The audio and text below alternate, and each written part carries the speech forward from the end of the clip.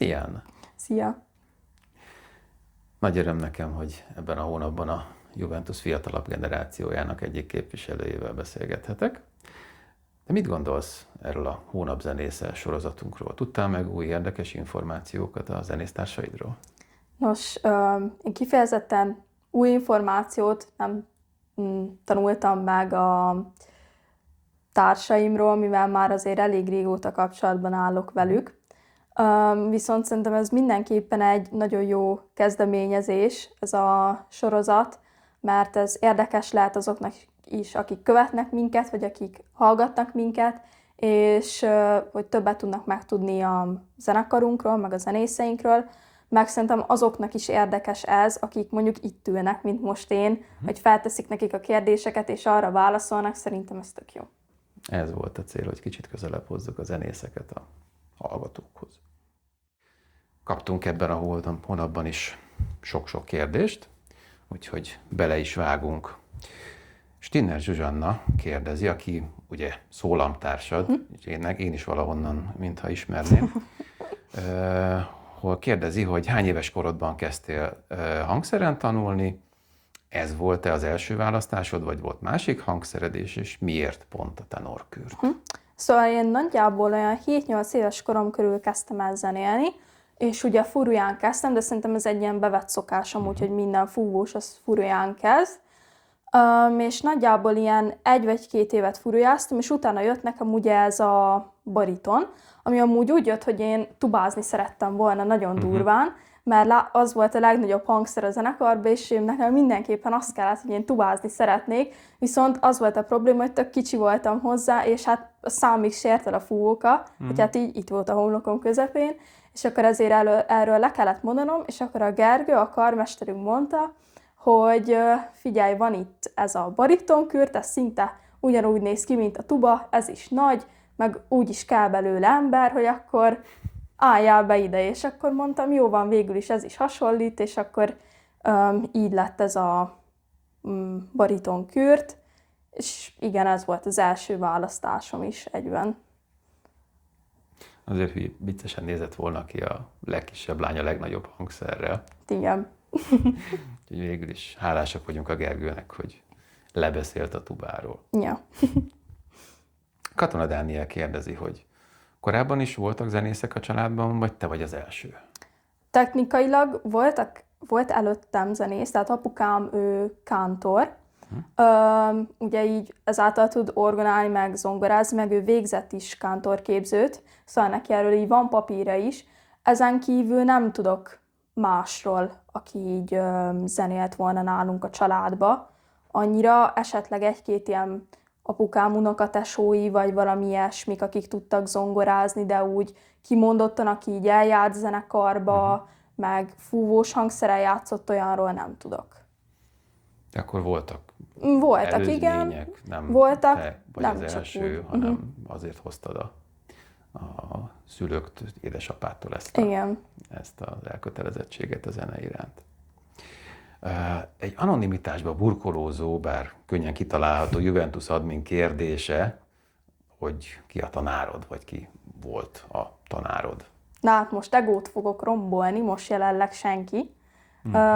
De ugye engem a Gergő tanított nagyon sokáig, viszont amúgy nem őt mondanám az egyetlen tanáromnak, tehát szerintem a Zsuzsikának is nagyon sokat köszönhetek, mivel nem tudom hány éve már mellette ücsörgök, és szerintem tényleg amúgy így a zenekarba lehet a legtöbbet tanulni, mert azt tudni kell rólam, hogy azért egy elég lusta ember vagyok, és én otthon nem igazán veszem elő magamnak a hangszert, hogy hú, de jó, most akkor játszunk valamit. Szóval én tényleg ott tanultam a legtöbbet, meg a Karintól, még a Harkai zenekarba, még tőle is nagyon sokat tanultam. Úgyhogy igen, hivatalosan a Gergő volt a tanárom, de sok embernek köszönhetek segítséget. Öröm hallani. Fördös András Zoltán kérdezi tőled, hogy amennyiben a pénz nem lenne akadály, milyen gyártmányú tenorkürtöt vagy baritont fújnál legszívesebben? Na, ez a fogós kérdés. Őszintén én azt sem tudom, hogy jelenleg milyen márkájú a jelenlegi hangszerem. Annyit tudok, hogy 4 billentyű van rajta. Tehát én az ilyen dolgokkal annyira nem szoktam foglalkozni, de amúgy inkább úgy válaszolnék a kérdésre, hogy milyen kinézetűt vennék, mert amúgy én nagyon örülnék egy ezüst színű eufóniumnak. Nekem nagyon tetszenek az eufóniumok, és szívesen játszanék olyanon, de úgy különösebben a márka az annyira nem érdekel, hogy jól szól, akkor jó. Nem a márka a fontos, hanem a minőség. Igen, és pontosan. Márka nélkül is lehet jó minőségű. Köszönöm. Ha jól tudom, akkor te az Instagramon is nagyon aktív vagy.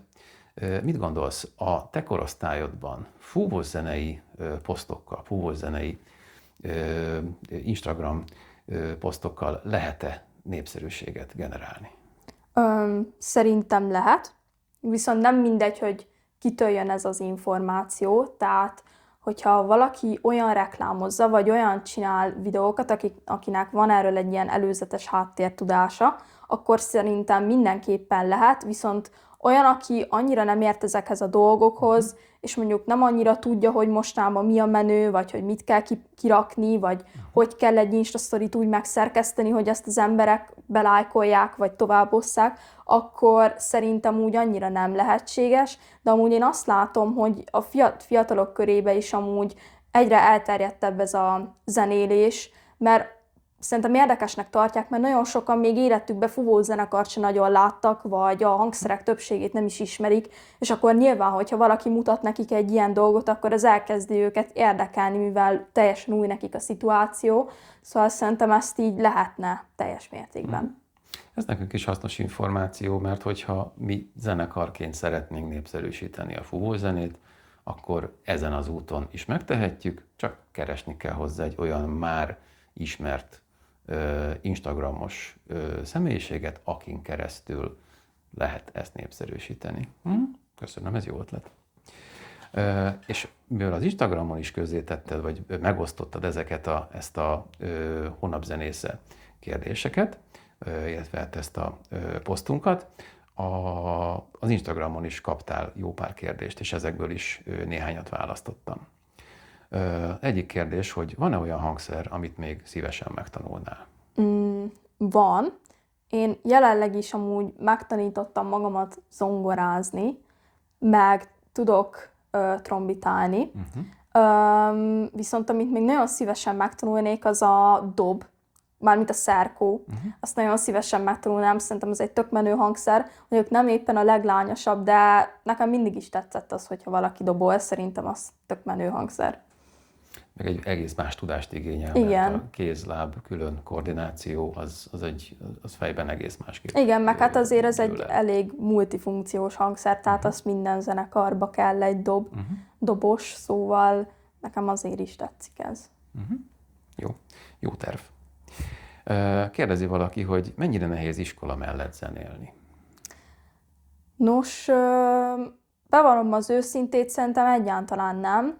Mármint én nem jártam ugye zeneiskolába soha, tehát nekem nem volt ez a szolfés, meg még akkor még tanulás, meg még akkor vizsgák, tehát nekem nem volt ilyen soha, nekem mindig heti 1 órám volt, amikor még tanított a Gergő, meg heti 1 zenekar, és akkor amióta átjöttem a Juventusba, így heti 2 próba van, és igazából, hogyha koncertelőkészület van, vagy hasonlók, akkor mindkét próbára elmegyek, ha mondjuk éppen nincs időm, vagy valami más fontosabb, akkor meg mondjuk csak az egyikre megyek el. Tehát, hogy szerintem ez így teljesen kivitelezhető, de ez így zenekartól is függ szerintem, meg attól, hogy mondjuk hol tanulsz. Tehát azért megoldható. Teljes mértékben. De szerintem még a zenesuli is megoldható, nyilván. Köszönöm. Kérdezi egy Instagram követőt, hogy milyen érzés volt bekerülni a zenekarba, illetve milyen érzés most zenekarban játszani? Én azt hiszem 5. osztályos voltam, amikor bekerültem még a Harkai zenekarba, és akkor én ott a dob szekcióba voltam, hogy beleszokjak a zenekari környezetbe. Aztán egy idő után beülhettem a baritonosok mellé, és először nagyon nem ment, tehát teljesen totál béna voltam, nem tudtam nagyjából semmit eljátszani, ugye ott volt ugye tempó, meg tudni kellett mindent, indulók, szóval az úgy nekem először nagyon nehéz volt, aztán kellett jó pár év, és akkor így teljesen beleszoktam, most meg már, hogyha van egy darab, ami nem olyan nehéz, tehát nem kivitelezhetetlen, akkor ezt ilyen első hallás után is tökre jól el tudja mindenki tőlünk játszani, szóval ilyen probléma nincsen. Nyilván, hogyha van valami nehezebb, akkor ugye azt gyakorolni kéne, hogy menjen jól.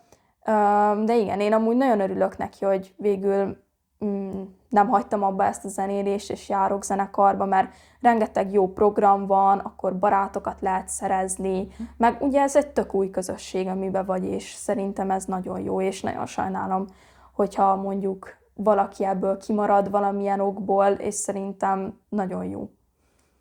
Örülök, akkor mást is biztostunk arra, aki nézi esetleg ezt a videót, hogy Igen. tanuljon hangszeren, és játsszon zenekarban, mert az minden szempontból egy fantasztikus dolog. Szuper. Én nagyon örülök, hogy ezt a beszélgetést megcsináltuk, mert én nagyon jól éreztem magam. Te hogy érezted magad? Jól éreztem magam. Örülök neki. Köszönöm szépen a Jó, beszélgetést. én is köszönöm szépen.